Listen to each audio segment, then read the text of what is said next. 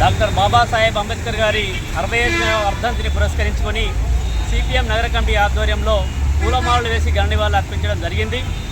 Doctor BR Ambedkar గారు రాసినటువంటి రాజ్యాంగాన్ని ఈరోజు మతోన్మాద బీజేపీ రాజ్యాంగానికి కూర్చుపడిచే విధంగా రాజ్యాంగాన్ని ఈరోజు పరిహాసం చేస్తూ ఉన్నది.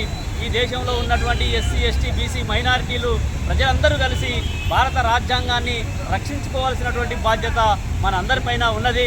ఈరోజు బీజేపీ రాజ్యాంగానికి కూర్చుపడిచడం ఒక్కటే కాకుండా రాజ్యాంగ పరిరక్షణ హక్కులన్నింటినీ కూడా కాలరాస్తున్నటువంటి పరిస్థితి ఉంది. బాబాసాహెబ్ అంబేద్కర్ గారు తీసుకొచ్చినటువంటి కార్మిక చట్టాలు కావచ్చు, అట్లాగే రైతు చట్టాలకు సంబంధించినటువంటి అంశాలన్నింటినీ కూడా ఈరోజు బీజేపీ కార్పొరేట్ శక్తులకు అనుకూలంగా వ్యవహరిస్తూ ఉన్నది. 4 లేబర్ కోడ్లు తీసుకొచ్చి కార్మికులకు వ్యతిరేకంగా, యాజమాన్యాలకు అనుకూలంగా ఈరోజు వ్యవహరిస్తూ ఉన్నది.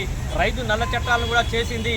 ఇలా అనేక మంది ప్రజలపైన ఒక్కొక్క దేశం కోసము, ధర్మం కోసము అని చెబుతూనే ఈ దేశంలో ఉన్నటువంటి సంపదలను కార్పొరేట్ శక్తులకు అమ్మే విధంగా వ్యవహరిస్తూ ఉన్నది. కాబట్టి ప్రజలందరూ ఏకమై ఐక్యంగా భారత రాజ్యాంగాన్ని రక్షించి మతోన్మాద బీజేపీని పారదోలవలసినటువంటి అవసరం ఉందని చెప్పి కూడా ఈ సందర్భంగా సిపిఎంగా ప్రజానీకానికి విజ్ఞప్తి చేస్తూ ఉన్నారు.